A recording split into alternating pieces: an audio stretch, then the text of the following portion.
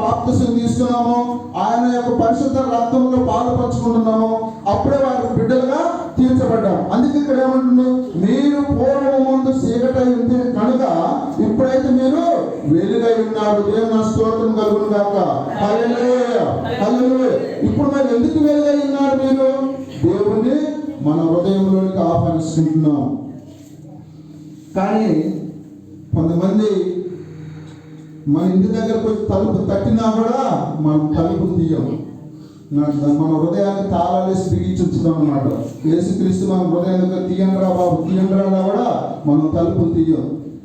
అప్పుడు బుద్ధి లేని కన్యకలు బుద్ధి గల కన్యకలా మన పరిస్థితి అట్లా ఉంటుంది. నువ్వెవరు నాకు తెలియదు అంటే ఆయన రెండో రాకడలో. అందుకే మన హృదయాన్ని ఎప్పుడు కూడా దేవుడికి ఓపెన్ చేయించాలి. ఎల్లవేళ ఆల్వేస్ వెల్కమ్ అని చెప్పి దేవుని ఆహ్వానించే బిడ్డలుగా మనం ఉండాలి. అందుకే ఇక్కడ ఏమంటారు, ఇక్కడ ఇప్పుడైతే మీరు ప్రభువునందు వెలుగై ఉండాలని చెప్పి దేవుడు ఈరోజు ఆశపడతా ఉంటారు. మొదటి ఆశీర్వాదం ఏంది మనకు? అది వెలుగు. రెండవది అభయము. అభయం అంటే అర్థం ఏంటండి? అభయం అంటే లూకా సువార్త 2వ అధ్యాయం 10వ వచనం సత్యం. అయితే ఆ దూత భయపడకుడి, ఇదిగో ప్రజలందరికీ కలగబోవు మహా సంతోషకరమైన సువర్తమానమును నేను మీకు తెలియచేస్తున్నాను. దేవుని స్తోత్రం. హల్లెలూయా, హల్లెలూయా. ఇక్కడ అభయం అంటే భయపడకుడి అంటే ఎవరన్నా ఏదన్నా సమస్యలు కానీ నిరుకులో ఉన్నప్పుడు కొంతమంది పోయి వాళ్ళని సముదాయిస్తారు. సమాధానం చెప్పి సమాధానం పరిచి వస్తూ ఉండరు. మీకు ఏం పర్వాలేదు అని చెప్పి అభయం ఇస్తూ ఉండరు. అదేవిధంగా ఇక్కడ సాధారణుడు కూడా అనేకమైన ప్రాంతాల్లో కలుపులు చేస్తూ ఉంటాడు ప్రజల్ని. ఈ మధ్యకాలంలో మధ్యప్రదేశ్ మహారాష్ట్రంలో మీరు చూసారో చూడలేదో, ఒక పాస్టర్ గారి చర్చిలో ఉంటే అక్కడ ఆరాధన జరుగుతూ ఉన్నది. ఆ ఆరాధన జరిగే పరిస్థితులలో కొంతమంది మత ఛాందస్వాదులు ఆ చర్చి మీదకి వెళ్ళేసి అమ్మగారిని బట్టలు మొత్తం ఊడదీసేసి అయ్యగారిని మొత్తం మెడ నరికేసి అక్కడున్న లోకల్ వాళ్ళందరినీ కూడా ఉరికిచ్చి పొడిస్తాము. దాదాపు 20 మంది దాకా చంపేశారు అక్కడ. అంటే సాతాను కూడా ఇప్పుడు బయలుదేరింది ప్రపంచం మీదకి. అనేక ప్రాంతాల్లో అల్లకల్లోలం చేస్తూ ఉన్నది. బిడ్డలు దేవుడు నమ్ముకున్న బిడ్డలు అనేక మనకు అల్లకల్లోలం చేస్తారు. ఎందుకంటే మీరు చూస్తూ ఉన్నారు ఈ మధ్యకాలం ఎన్ని మన కోదాడ ప్రాంతంలో ఈ మధ్యకాలం కోదాడలో కూడా జరిగింది. ఇంట్లో ఆరాధన చేసుకుంటుంటే మీరు ఇంట్లో ప్రేయర్ చేసుకోవద్దని. అంటే అంత్య దినాలలో మనం రాబోయే కాలంలో మనకి వాక్యమే కరువైద్యం ఉన్నది. బైబిల్ ప్రింట్ కూడా ఆఫ్ చేస్తానికి ప్లాన్ చేస్తూ ఉన్నారు. కానీ ఇప్పుడు దేవుడు సువార్త ఇంకా ప్రబలుతూ ఉన్నది. దేవుని స్తోత్రం. హల్లెలూయా, హల్లెలూయా. అందుకే నీకు ఏమనంటే భయపడకుడి, ఇదిగో ప్రజలందరికీ కలగకపోవు మహా సంతోషకరమైన శుభవర్తమానము.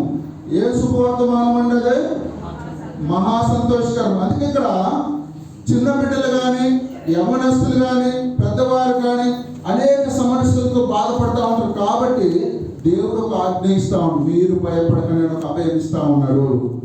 ఎందుకు మరి ఆయన అంత ధైర్యం ఇస్తా ఉన్నాడు? ఆయన కొన్న బిడ్డలు కనుక, తన రక్తం నుంచి కన్న బిడ్డలు కనుక, ఆ బిడ్డలకు ఒక్కరు కూడా నశించుకోవడం ఆయనకి ఇష్టం లేదు. కాబట్టి అందరినీ రక్షించే బాధ్యత, అందరినీ కాపాడే బాధ్యత అది ఆయన మీద ఉన్నది. కాబట్టి అందరికి ఒక అభయం ఇస్తాం, మీరెవరు కూడా భయపడవద్దు. నన్ను కన్నా తండ్రి, నన్ను కొన్నా తండ్రి, రక్తమిచ్చిన తండ్రి, ప్రాణమిచ్చిన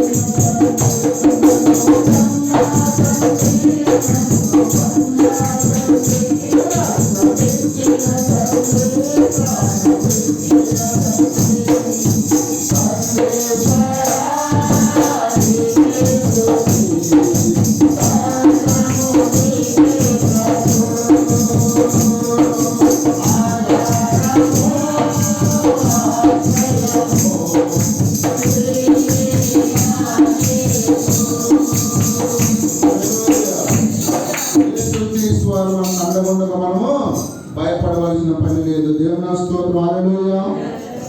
ఎబ్రీ పత్రిక 10వ అధ్యాయం 32వ వచనం దేవుని త్వరగా తీయండి. ఎందుకంటే సమయం చాలా తక్కువ ఉంది కాబట్టి చాలా మెసేజ్ చెప్పాలని.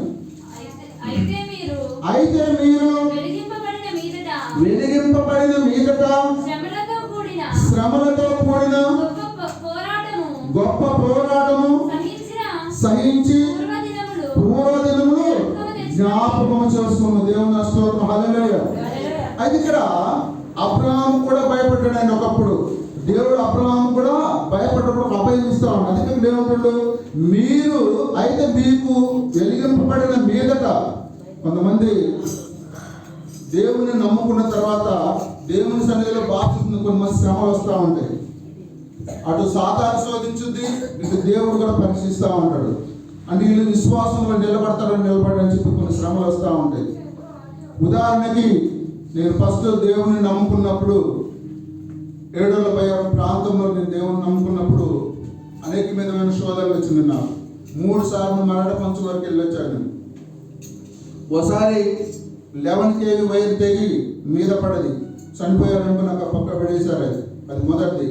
రెండవది, ఖమ్మం బస్ స్టాండ్లో మేము వస్తూ ఉంటే బస్ కాళ్ళు నీకెళ్ళిపోయింది. ఇప్పటికి నా లేచిపోయాను, కాళ్ళు మొత్తం కొట్టేయాలంటారు మదన్ కుమార్ గారు. చిన్న బ్రీఫ్లో చెప్తున్నాను అది. తర్వాత బిల్డింగ్ నుంచి, మా ఇంటి మీద బిల్డింగ్ నుంచి కింద పడ్డా, చనిపోలేదు. 3 సార్లు కూడా నేను మరణపరచుకోలేదు. అంటే దేవుని నమ్ముకున్న బిడ్డలకి శ్రమలు వస్తాయి. ఎందుకంటే దేవుని సన్నిధిలో మీరు ఏ విధంగా ఉండదు, విశ్వాసములు ఉండగలుగుతారా లేరా. అటు సాధారణ జాతి ఇన్ని రోజులు నా దగ్గర ఉండి నువ్వు దేవుని ఎందుకు నమ్ముకున్నావు అని చెప్పి అటు సాధారణ శోధించింది, ఇటు దేవుడు కూడా పరీక్ష పెడతా ఉంటాడు. విద్యార్థులు చదువుకుంటా ఉంటారు, పరీక్షలు రాస్తూ ఉంటారు. పరీక్షలు రాసినాక మంచి మార్కులు ఎత్తే వాళ్ళు పాస్ అవుతారు, మంచి మార్కులు రాకుంటే ఫెయిల్ అవుతారు. అందుకే దేవుడు కూడా ఈ విశ్వాసం నెగ్గుతారని నగ్గరని ఉద్దేశంతో ఆయన పరీక్షలు పెడతా ఉంటాడు. అనేకమైన శోధనలు వస్తూ ఉంటాయి. శోధనలను సహించిన వాడే ధన్యుడు. మన శోధనలు సహించాలి. మనకు కాబట్టి ఎవరికి వస్తారని దేవుని నమ్ముకున్నప్పుడు. అందుకే ఇక్కడ ఏమంటుండు, ఇక్కడ ఏమంటాయన, మీరు ఇవో జరిగిన తర్వాత అయితే మీరు వెలిగించిన మీదట శ్రమలతో కూడిన గొప్ప పోరాటము చేయాలి. మనం గొప్ప పోరాటం చేయాలి. ఆ పోరాటం చేస్తేనే మనము గెలుపోవటం మన దగ్గరికి వస్తాయి, దేవుడు వస్తుంది. అయితే అబ్రహాము ఎక్కడ భయపడ్డాడంటే ఆదికాండం 15వ అధ్యాయం 1వ వచనం మనం చూసినట్టయితే చూడండి. ఆదికాండము 15వ అధ్యాయం 1వ వచనం. ఇవి జరిగిన తర్వాత యెహోవా వాక్యము అబ్రహామునకు దర్శనమందు వచ్చి, అబ్రహామా భయపడకము, నేను నీకు కేడమును నీ బహుమానము అత్యధికమని చెప్పిన దేవుని స్తోత్రం. హల్లెలూయా. ఇక్కడ అబ్రహాము భయపడుతున్నప్పుడు దేవుని వాక్యం అబ్రహాము బయలుపరచబడింది. అప్పుడు ఏమంటే తెలుసు, అబ్రహాముకు దర్శనం మంది వచ్చి, అబ్రహామా నీవు భయపడకము, నేను నీకు కేడమునైనాను, నీకు బహుమానమును అత్యధికముగా ఇచ్చదలిచు. అందుకే ఇక్కడ ఆ భయాన్ని తొలగించి, అబ్రహాము యొక్క భయాన్ని తొలగించి ఆయన ఒక అభయం ఇస్తా ఉండే యేసుక్రీస్తు వారు. ఏమైనా అభయం ఇస్తుండు, భయపడకుడి. ఆ భయం అనేది అబ్రహాము నుంచి తీసివేశాడు. దేవుని స్తోత్రం. హల్లెలూయా. మొదటిది ఏంటంటే మనకి మొదటి ఆశీర్వాదం ఏంది, వెలుగు. రెండవ ఆశీర్వాదము అభయం. ఇక మూడవ ఆశీర్వాదం ఏంటంటే మనకి సంతోషకరమైన సువర్తమానము. సంతోషకరమైన సువర్తమానం ఈ రోజు ఏంటిదంటే మనకు అది లూకా సువార్త 2వ అధ్యాయం 10వ వచనంలో చూడండి ఒకసారి. అయితే ఆ దూత భయపడకుడి, ఇదిగో ప్రజలందరికీ కలగబోవు మహా సంతోషకరమైన సువర్తమానము. చాలు. సువర్తమానం అంటే అర్థం ఏంటండి? ఇంకా గుడ్ న్యూస్ చెప్పండి. వాక్యం ఈరోజు సరే ఒక ప్రశ్న వేస్తాను మీకు. ఈరోజు క్రిస్మస్ పండుగ కదండి. ఉదయం లేచి బైబిల్ ఎంతమంది చదువుకొని వచ్చారు? దేవుని స్తోత్రం. ఎంతమంది బైబిల్ లేచి ప్రార్థన చేసుకొని బైబిల్ చదువుకొని సిద్ధపడి ఆరాధనకు వచ్చారు? మనం ఎందుకు చదువుకుంటాం? వారం నాడు చేసుకునే బైబిల్ ఆ మూలక పడేసి మన ఆదివారం తుప్ప దుడుపుకున్నప్పుడు బైబిల్ సంఖ పెట్టుకొని మనం మందిరానికి వస్తాం. మనం రోజు అందుకని దేవుడు వాక్యం ప్రతిదినము అనుదినము దాన్ని ధ్యానించేవాడు ధన్యుడు. మనం ఏ రోజు వాక్యం చదవడం, మనం ఏ విధంగా ధన్యతలు వస్తాయి మనకి, ఏ రోజు చదవడం మనకి, ఏ రోజు క్రిస్మస్ ఆశీర్వాదాలు మనకి ఎలా వస్తాయి అనేది. అందుకే ప్రతిదినం మనం ఏం చేయాలంట, బైబిల్ వాక్యాన్ని ధ్యానం చేయాలి. అందుకే ఇక్కడ ఏమంటుందంటే మూడోది ఏంటి మనకిది? దేవుడి సువర్తమానం అనగా దేవుడి యొక్క వాక్యము. ఆ వాక్యం ఎట్లుంటదండి? రెండంచుల వాడి అయిన ఖడ్గము. ఆ ఖడ్గం ఎట్లుంటదండి? ఎటు దూస్తట్టు దూసుకొని వెళ్ళిపోతాడు. ఆ ఖడ్గము వాక్యానుసారం మనం ఏం చేయాలన్నా జీవించాలి. యోసేపు కూడా ఎంతగానో దీవించబడ్డాడు. వాక్యానుసారంగా యోసేపు గారు ఉన్నాడు కాబట్టి దేవుడు అతన్ని చాలా దీవించబడ్డాడు. అదేవిధంగా క్రీస్తు మనకు ఇస్తున్న ముఖ్యమైన ఆశీర్వాదం ఏంటంటే, మనకి ఏంటి కూడా ఆశీర్వాదాలు ఏంటంటే వాక్యాన్ని మనం ధ్యానించాలి. ఆ వాక్యంలో ఉన్న సంతోషాన్ని మనం అనుభవించాలి. ఆ వాక్యానుసారం మనం జీవించాలని మనం చేయాలి. మన హృదయంలోనికి దేవుణ్ణి ఆహ్వానించాలి. ఆ వాక్యం మన హృదయంలో లేకుంటే మనము దేవునికి దూరంగా ఉంటాము. అది దేవుడి బిడ్డలుగా మనము ఎంచబడము. దేవుని స్తోత్రం. హల్లెలూయా, హల్లెలూయా. అందుకనే కీర్తన 1:2 యెహోవా ధర్మశాస్త్రమును ఆనందించు దివారాత్రములు దాన్ని ధ్యానించువాడు ధన్యుడు. ఒకడు చదవమండా అండి, 1 గంట చదవమండా, లేకపోతే ఒక పూట చదివి ఇబ్బంది ఏమన్నా దివారాత్రములు మనం చదువుతామండి. దీవారాత్రం నా పని ఏం కావాలి, వంట ఏం కావాలి, నా పిల్లలు ఏం కావాలి, నా కుటుంబం ఏం కావాలి, ఇవన్నీ మనం చూసుకుంటాం. మనందరూ క్రిస్మస్ మనకి పిండట్టలు ఏం చేసుకోవాలి, చికెన్ వండుకోవాలి, మటన్ వండుకో, ఇవన్నీ చూస్తూ ఉంటాం. కానీ ఇక్కడ బైబిల్ లేఖనాలు ఏం చేయాల్సిందంటే, ధర్మశాస్త్రమునందు మనం ఆనందించాలంటే దేవుని వాక్యాన్ని మనం ఏం చేయాలి? దీవారాత్రములు మనం ధ్యానించాలి. మరి ఈరోజు మనం ఏం ధ్యానం చేసుకుని, నేను ఈ మెసేజ్ తయారు చేసుకోవడానికి నా దాదాపు 4 రోజులు పట్టేదండి. ఈ 4 రోజులు నేను ఎన్ని గంటలు లేసానో మా మేడం తెలుసు. ఎందుకంటే ఇది వాక్యం చెప్పాలంటే ముండ పొదల మీద మనం ఉన్నట్టు అది. ఎందుకంటే వాక్యానుసారం ఒకళ్ళు దానికి కూడా లింకు వస్తూ ఉండాలి అది.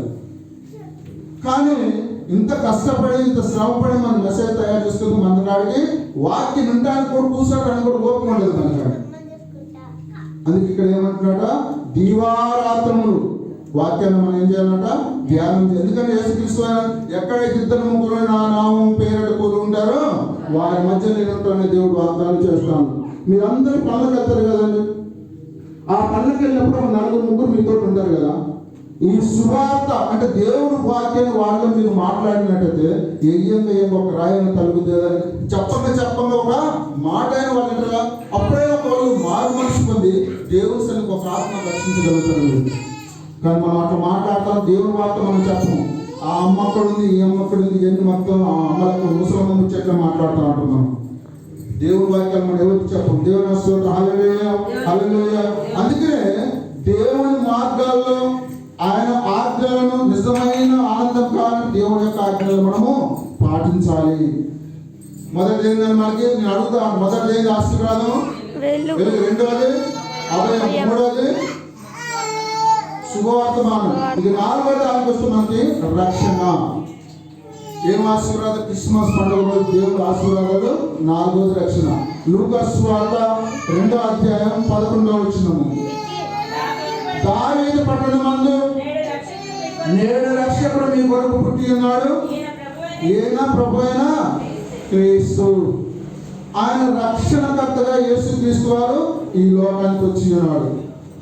రక్షణకర్తగా ఎందుకు వచ్చాడంటే మనం పాపమై ఉన్నాం కాబట్టి సర్వలోకాన్ని ఆయన సన్నిధానికి నడిపించాలి. యేసుక్రీస్తు వారు 2వ రాకడలో ఎత్తబడే సంఘంలో వీళ్ళందరూ ప్రపంచంలో బిడ్డలందరూ కూడా ఉండాలని చెప్పి ఆయన ఉద్దేశంతో యేసుక్రీస్తు వారి లోకంలో మానవ రూపంలో మనుషులందరినీ రక్షించడానికి ఈ లోకానికి వచ్చి ఉన్నాడు. దేవుని స్తోత్రం. హల్లెలూయా, హల్లెలూయా. కీర్తనకారుడు రాసిన గ్రంథంలో 18వ అధ్యాయం 46వ వచనం ఒకసారి చూసినట్లయితే మనము కీర్తన గ్రంథం దావీదు మహారాజు గారు రాసిన కీర్తన 18వ అధ్యాయం 46వ వచనం. యెహోవా జీవము గలవాడు, నా ఆశ్రయము దుర్గమైన వాడు, స్తోత్రార్హుడు, నా రక్షణకర్త అయిన దేవుడు బహుగా స్తుతింపబడును గాక. దేవుని స్తోత్రం. ఆమేన్. ఇక్కడ ఎక్కడ ఉండు? బహుగా అంటే యెహోవా నా ఆశ్రయ దుర్గము, స్తోత్రార్హుడు, నా రక్షణకర్త అయిన దేవుడు బహుగా స్తుతించబడాలి. ఈ రోజు యేసుక్రీస్తు వారు మన కోసం ఈ లోకంలో పుట్టినప్పుడు ఆయన బహుగా స్తుతించడానికి, బహుగా ఆరాధించడానికి ఆయన మందిరానికి మనం రావాలని దేవుడు ఈరోజు ఆశపడతా ఉన్నాడు. అందుకే మనం ఏం చేయాలి? దేవుణ్ణి స్తుతించాలి, గణపరచాలి, మయంపరచాలని దేవుడు ఈరోజు ఆశపడతా ఉండు. అదే కీర్తన గ్రంథం 25వ అధ్యాయం 5వ వచనం ఒకసారి చూసినట్టయితే మనం, నన్ను నీ సత్యమును అనుసరింపజేసి నాకు ఉపదేశము చేయము. నీవే నా రక్షణకర్తమైన దేవుడు, దినమెల్లా నీ కొరకు కనిపెడుచున్నాడు. దేవుని స్తోత్రం, హల్లెలూయా. ఏం చేయాలంటే మన కోసము రక్షణకు ఇచ్చడానికి ఈ లోకానికి వచ్చిన యేసుక్రీస్తు వారి కోసము మనం ఎప్పుడట్లా దినమెల్లా కనిపెట్టుకొని ఉండాలంట. మనం కనిపెట్టుకొని ఉంటున్నామండి. మరి ఎంతమంది దేవుడు యేసు కోసం దినమెల్లా కనిపెట్టుకొని, ఎవరైనా ప్రార్థన చేస్తున్నామంటే ఏ విధంగా ప్రార్థన చేయాలని యేసుక్రీస్తు వారికి? ఇంట్లో సమస్యలు కానీ, ఎరుకలు కానీ, ఇబ్బందులు కానీ, శోధనలు కానీ ఏదైనా వచ్చినప్పుడు మొట్టమొదటి ఎవరు గుర్తొస్తారండి? ఏదైనా జబ్బున పడినట్టు ఎవరు గుర్తొస్తారు? ముందు ఎవరు గుర్తొస్తారండి? డాక్టర్ గారు గుర్తొస్తారు. అక్కడ పోయిన తర్వాత మంచిగా వేలు వదిలించుకున్న తర్వాత చివరికి అయ్యారాం గారు గుర్తొస్తారు. దేవుడు అప్పుడు వచ్చి ప్రార్థన చేయమంటారు. అదే నీవు ప్రథమ స్థానం దేవుడికి ఇచ్చి ఆ దేవుని సన్నిధిలో ఏకాంతంగా మేడగదిలోకి వెళ్ళి కన్నీటితో మోకరించి ప్రార్థన చేస్తే ఖచ్చితంగా నీ ప్రార్థన యేసుక్రీస్తు వారు అంగీకరిస్తారు. అలాంటి ప్రార్థన నీ జీవితంలో ఉన్నదా? కన్నీటి ప్రార్థన కావాలండి యేసుక్రీస్తు వారికి. ఏకాంతంగా వెళ్ళాలి, మేడగదిలో తలుపులు వేసుకోవాలి, కన్నీటి ప్రార్థన చేయాలి. ఆ కన్నీటి ప్రార్థన చేస్తే మనం ఖచ్చితంగా యేసుక్రీస్తు వారు మనకి ప్రతిఫలం ఇస్తారు. అందుకే ఇక్కడ ఏం చేయాలంటే మనము యెహోవా ధర్మశాస్త్రం వాక్యాన్ని మనము దీవారాత్రులు ధ్యానించాలంట. తర్వాత యెషయా గ్రంథం 12వ అధ్యాయం 2వ వచనం చదువుతాను. ఇదిగో నా రక్షణకు కారణభూతుడగు దేవుడు, నేను భయపడగా ఆయనను నమ్ముకొనుచున్నాను. దేవుని స్తోత్రం, హల్లెలూయా. దేవుడు మనకు రక్షణకర్తగా ఉన్నప్పుడు మనము దేనికి కూడా భయపడనవసరం లేదు. ఎందుకు? సమస్తము ఆయన మూలంగానే కలిగింది, ఆయన చూసుకుంటాడు కనుక ఆయన మీద భారం మోపాలి. ఆ భారం అంతా యేసుక్రీస్తు వారి మీద మోపితే ఆయన మనకి ఆశీర్వాదంగా భయపడదని చెప్పి అభయం ఇస్తా ఉన్నాడు. అదే యెషయా గ్రంథం 33వ అధ్యాయం 2వ వచనం చూసినట్టయితే, యెషయా గ్రంథం 33 2వ వచనం, యెహోవా నీ కొరకు కనిపెట్టుచున్నాము, మా యందు కరుణించుము. ఉదయకాలమున వారికి బాహుగాను, ఆపత్కాలమున మాకు రక్షణాధారముగా ఉండుము. దేవుని స్తోత్రం, హల్లెలూయా, హల్లెలూయా. ఇక్కడ ఏమంటుందంటే అన్య జనాంగాలు ఎవరైతే ఉన్నారో దేవుని ప్రజల్ని నిరుత్సాహపరుస్తా ఉన్నారు ఈ లోకంలో. కాబట్టి అలాంటి ప్రజలకు రక్షణ కావాలంటే యేసుక్రీస్తు వారి సన్నిధానంకు రావాలి. ఆయనలోకి ఆయన కనిపెట్టుకుని ఉండాలి. యేసుక్రీస్తు వారు ఎప్పుడైతే వస్తారో, రెండవ రాకడ ఎప్పుడు వస్తుందో ఆయన కోసం మనం కనిపెట్టుకుని ఉండాలి. ఏదో మనం వస్తాలే, మనం నిద్రపోదాంలే అంటే ఆయన ఎప్పుడు వస్తాడు? దొంగ వల్ల వస్తాడు. ఆయన వచ్చి మా మిగతా వాళ్ళని తీసుకుని వెళ్ళిపోతాడు. మనం తర్వాత పోయినప్పుడు తల్లిదండ్రులు ఎవరో నాకు తెలియదు అన్నాడు. అందుకే ఇక్కడ ఏముంటున్నాడ? ఎవరైనా నిరుత్సాహపరుస్తారో వారందరినీ కూడా లెక్క చేయకుండా మనం ఏం చేయాలట? ఆయన కొరకు మనం ఎదురు చూడాలి. ఎవరు రక్షణకర్తగా ఈ లోకానికి వచ్చిన యేసుక్రీస్తు వారి కోసం మనము ఎదురు చూడాలని దేవుడు ఈరోజు ఆశపడతా ఉన్నాడు. అయితే దేవుడు మనము వేటి నుండి రక్షిస్తాడు? ఏ కార్యాలను మనకు రక్షిస్తాడు? మొదటగా మరణం నుండి రక్షిస్తాడు యేసుక్రీస్తు వారు. మరణం నుండి రక్షిస్తాడు. ఎబ్రీ పత్రిక 5వ అధ్యాయం 7వ వచనం ఒకసారి చూసినట్లయితే మనము ఎబ్రీ పత్రిక 5వ అధ్యాయం 7వ వచనం ఒకసారి చూసినట్లయితే మనం, శరీరధారి అయిన దినములలో మహారోదనతోను కన్నీళ్లతోను తన్ను మరణమును రక్షింపగలవానికి ప్రార్థనలను యాచనలను సమర్పించి భయభక్తులు కలిగి ఉన్నందున ఆయన అంగీకరింపబడిన. దేవుని స్తోత్రం, హల్లెలూయా. ఏం చేయాలంటే కన్నీళ్లతో రోదనతో ప్రార్థన చేయాలి. మరణం నుండి మనల్ని రక్షించాలంటే ఏం చేయాలంటే మనము కన్నీటి ప్రార్థన చేయాలి. అక్కడ ప్రధాన యాజకుడైన అహరోనులాగా యేసుక్రీస్తు వారు ప్రార్థనలు అర్పించాలి. కానీ అహరోనులో కాక యేసుక్రీస్తు వారు ఆయన శ్రమల ద్వారా మాత్రమే అర్పణలు అర్పించారు. ఎందుకని ఆయన ఎందుకు శ్రమ పొందాలి? మానవ రూపం ఎందుకు రావాలి లోకానికంటే మానవ రూపాన్ని వస్తేనే మానవుడిలాగా ఏ విధంగా అయితే రూపం ఉండదో అనేక శ్రమలు మానవుడు అనుభవించాలి కనుక ఆ శ్రమలు అనుభవించినప్పుడు మనకి ప్రాయశ్చితం జరుగుతుంది కనుక మానవ రూపం ధరించి ఈ లోకానికి ఈరోజు రక్షకుడుగా వచ్చాడు. దేవుని స్తోత్రం. హల్లెలూయా, హల్లెలూయా. అందుకని ఈ యొక్క రక్షణ నిత్యమైనది. యేసుక్రీస్తు వారి రక్షణ నిత్యమైనది. ఇక రెండో రక్షణ ఏంటంటే పాపం నుండి రక్షిస్తాడు. రెండోది ఏంటంటే మనకి పాపం నుండి మత్తయి సువార్త 1వ అధ్యాయం 21వ వచనం చదువుతాను. త్వరగా తీసి నేను ముగిస్తాను. ఆమె యొక్క కుమారుని కనును తన ప్రజలను వారి పాపముల నుండి ఆయన రక్షించును కనుక ఆయనకు యేసు అని పేరు పెట్టు. దేవుని స్తోత్రం. హల్లెలూయా. ఇక్కడ ఆమె ఒక కుమారుని కనును. ఎవరండి? యోసేపుకి మరియమ్మకు ప్రదానం చేయబడది. ఇంకా మ్యారేజ్ కాలేదు, కన్యకగా ఉన్నది. యేసుక్రీస్తు వారు మరియమ్మ గర్భం ఎంచుకున్నాడు.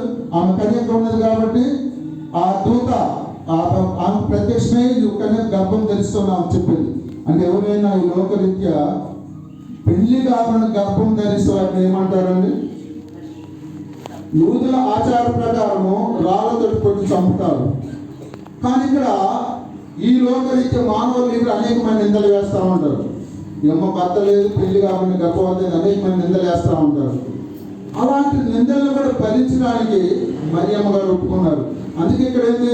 యెహోవా ఎవరైతే పాపము చేశారో మానవ రూపముగా ఈ రోగానికి వచ్చి ఆ పాపాలన్నీ కూడా ప్రాయశ్చిత్తం చేయాలనే ఉద్దేశంతో ఆ ఈ లోకాన్ని మానవ రూపంగా వస్తూ ఉన్నాడు. అందుకనే ఈ రక్షణ యేసును అనుసరించే వారిగా మనందరూ కూడా ఉండాలని యేసుక్రీస్తు యొక్క ప్రజల యొక్క ఉద్దేశము. ఇక మూడోది ఏంటంటే మనకి శత్రువు నుండి రక్షిస్తాడు. శత్రువులు అంటే ఎవరండి? మనకి ఎవరండి? 2వ సమూయేలు గ్రంథం 22వ అధ్యాయం 4వ వచనం ఒకసారి చదువు. 2వ సమూయేలు గ్రంథం. కీర్తనీయుడైన యెహోవాకు నేను మొరపెట్టుదుని, నా శత్రువుల చేతుల నుండి ఆయన నన్ను విడిపించిన. దేవుని స్తోత్రం. హల్లెలూయా, హల్లెలూయా.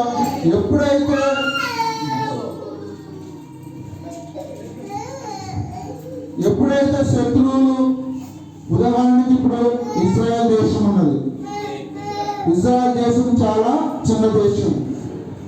ఇజ్రాయెల్ దేశాన్ని దేవుడు కొంతమంది మా ఫ్రెండ్స్ కొంతమంది ప్రశ్న వేశారు నాకు ఈ మధ్య కాలంలో. అరే మీరు యేసుక్రీస్తు పండుగ చేస్తారు కదా, మరి మన భారతదేశంలో యేసుక్రీస్తు పుట్టలేదు కదా, మీరు ఎందుకు ఆశ్రయిస్తారని నాకు క్వశ్చన్ వేశారు. అప్పుడు నేను అన్నా, యేసుక్రీస్తు వారు మన భారతదేశంలో కాదు, ఇజ్రాయెల్ దేశాన్ని ఎందుకు ఎదుర్కొంటే ఇజ్రాయెల్ దేశము ఒక భూమధ్య రేఖకు మధ్య భాగంలో ఉంటుంది. అంటే ప్రపంచ పటంలో ఒక మధ్య భాగంలో ఉంటుంది. అది ఒక మనం క్యాండిల్ వెలిగించి ఒక మూలకు పెడితే ఇల్లంతా వెలుగు వస్తుందని వెలుగు వస్తుంది. ఒక మూలకు పెడితే రాదు, ఒక సెంటర్లో పెడితే ఇల్లు మొత్తం వెలుగు వస్తుంది. అందుకని దేవుడు ఇజ్రాయెల్ ఎన్నుకోవడానికి గల కారణం ఏంటంటే ప్రపంచానికి మొత్తానికి కూడా ఒక కేంద్ర బిందువుగా ఇజ్రాయెల్ దేశం ఉంటుంది. అక్కడ రాజ్యం, ఆ ఇజ్రాయెల్ రాజ్యం ఎన్నుకున్న ఈ ప్రపంచాన్ని మొత్తాన్ని కూడా వెలుగుగా ఉండాలనే ఉద్దేశాన్ని ఇజ్రాయెల్ దేశాన్ని ఎన్నుకున్నాడు. అందుకే ఇప్పుడు ఇజ్రాయెల్ దేశం మీద అనేక శత్రు సైన్యాలు దాడులు చేస్తున్నా కూడా ఏకదాడిగా ఎదుర్కొంటారు. దానికి కారణం ఏంటంటే యేసుక్రీస్తు వారి రక్షణ, ఇజ్రాయెల్ ప్రజలకు ఆశీర్వాదం, ఇజ్రాయెల్ ప్రజలకు అభయం ఇస్తా ఉన్నాడు. మీరు భయపడకడి. అందుకని ఇక్కడ ఏమంటున్నాడు? ఇక్కడ ఏమంటున్నాడంటే కీర్తనీయుడైన యెహోవా నేను మొరపెట్టుకుని నా శత్రువు చేతుల నుండి ఆయన నన్ను రక్షిస్తాడు. ఎవరైనా మనకి ఇరుగు పొరుగు వారి మన మీదకి వచ్చినప్పుడు కూడా మనం ఏం చేయాలంటే మనం ఆ శత్రువును కూడా క్షమించమని ప్రార్థన చేయాలి. ఖచ్చితంగా ఆయన వాటి ప్రతిఫలం దయచేస్తారు. దేవుని స్తోత్రం. హల్లెలూయా.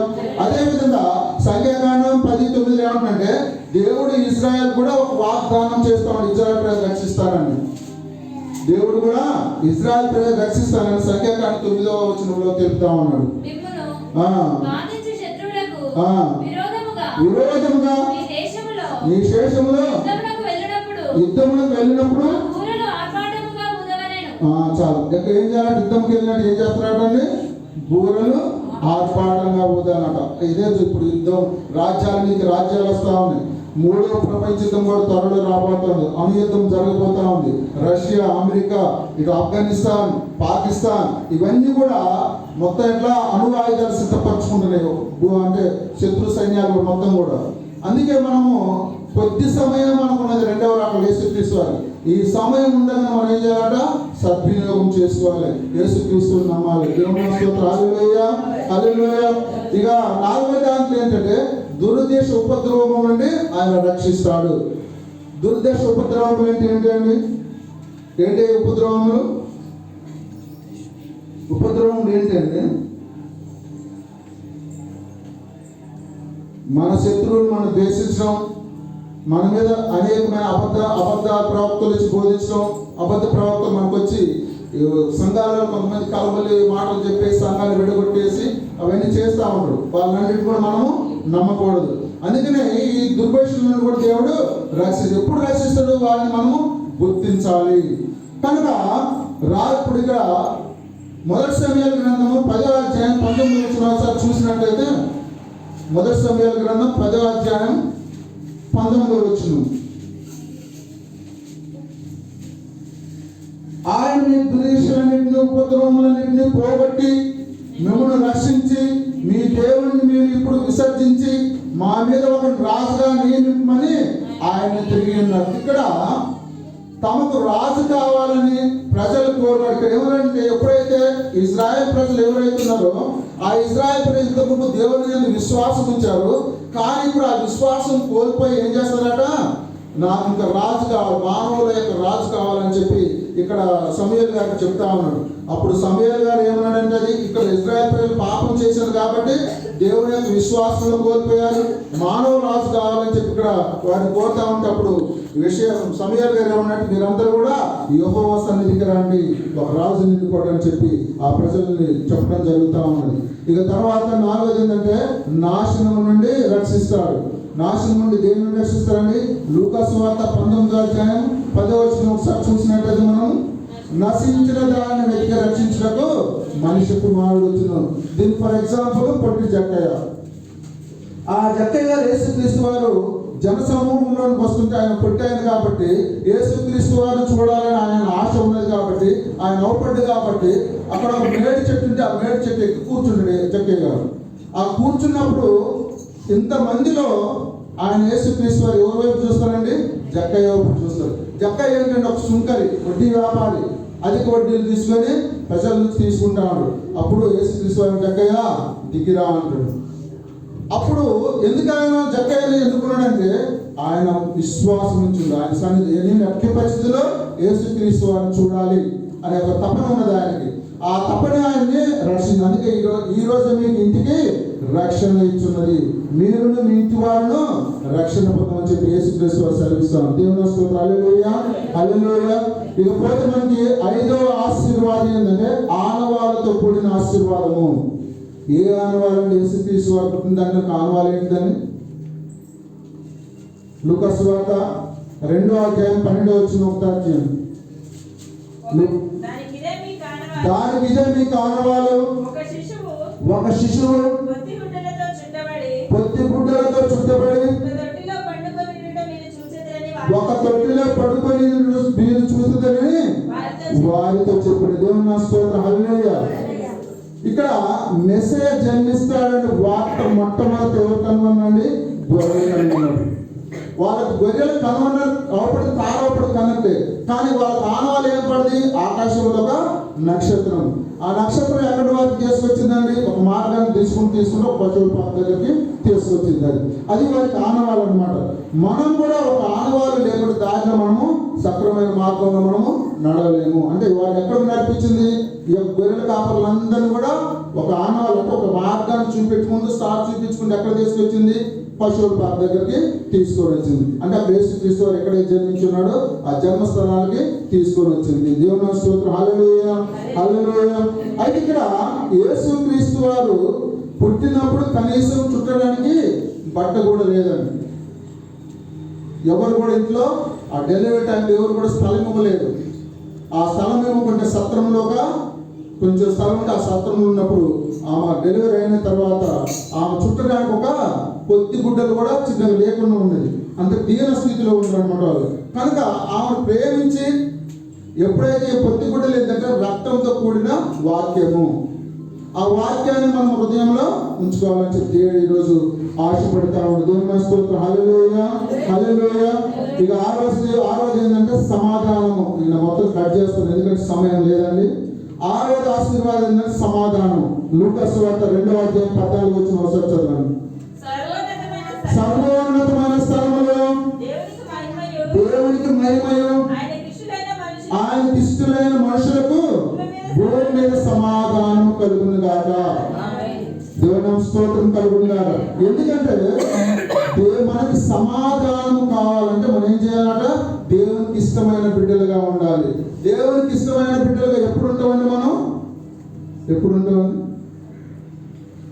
వారానికి ఒకసారి బైబిల్ చదివినప్పుడా, లేకుంటే సమయానికి మందిరానికి రానప్పుడా, లేకపోతే పండగ ఒక్కసారి వచ్చి మందిరానికి రాకపోవడమా? అప్పుడు ఆయన మనకు వచ్చేది కాదు.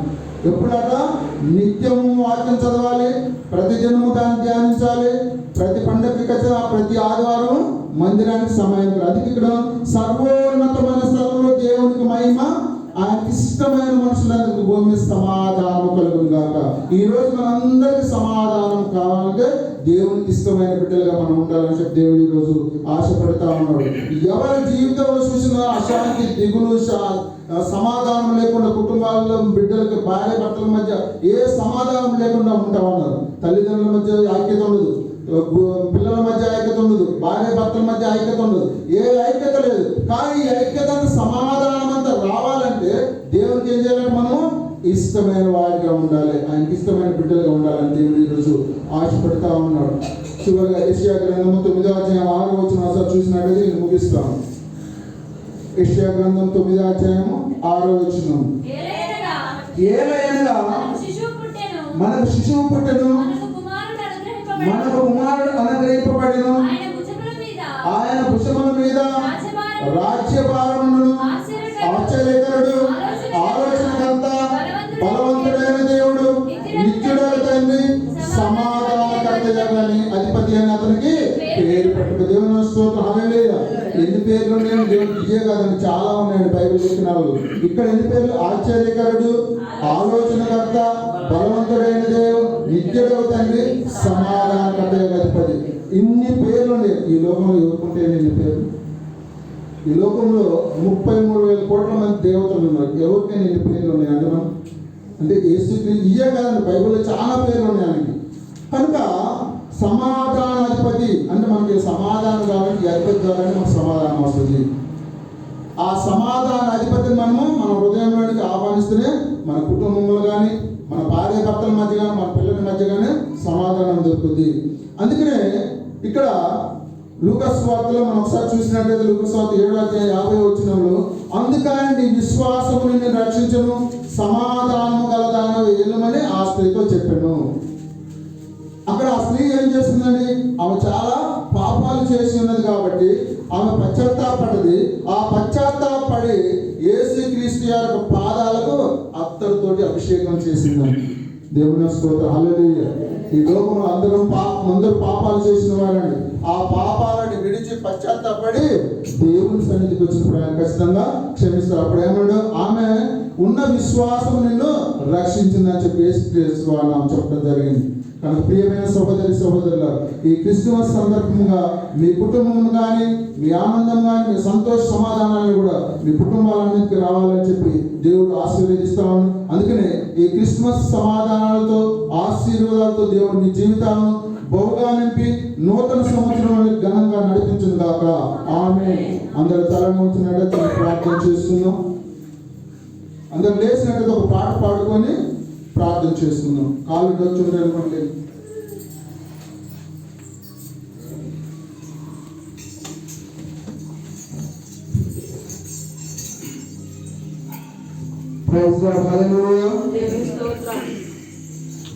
జయించిన యేసయ్య నీ తోడు చాలు, పరహీనతలో నీ కృప చాలు. జయించిన యేసయ్య నీ తోడు చాలు,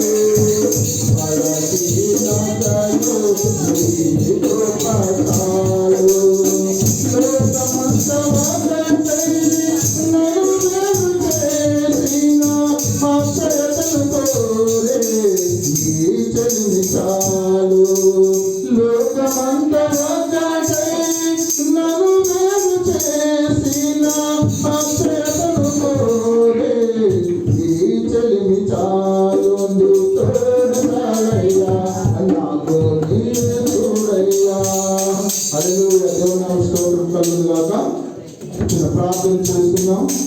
మహాపరిశుద్ధమైన మా ప్రియ పరలోకరి బంగారాజుని పాదాలు వందనాలు, స్తుతి స్తుతి స్తోత్రం స్తోత్రం స్తోత్రం ప్రభాన తండ్రి, వందనాలు వందనాలు వందనాలు చేస్తున్నామయ్యా.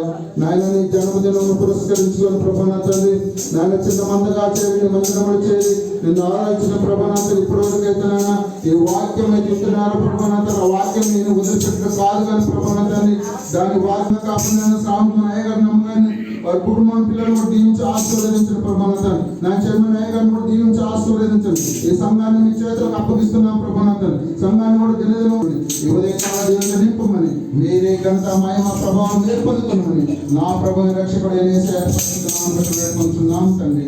ఆమేన్ ఆమేన్ ఆమేన్. పాట పాడండి.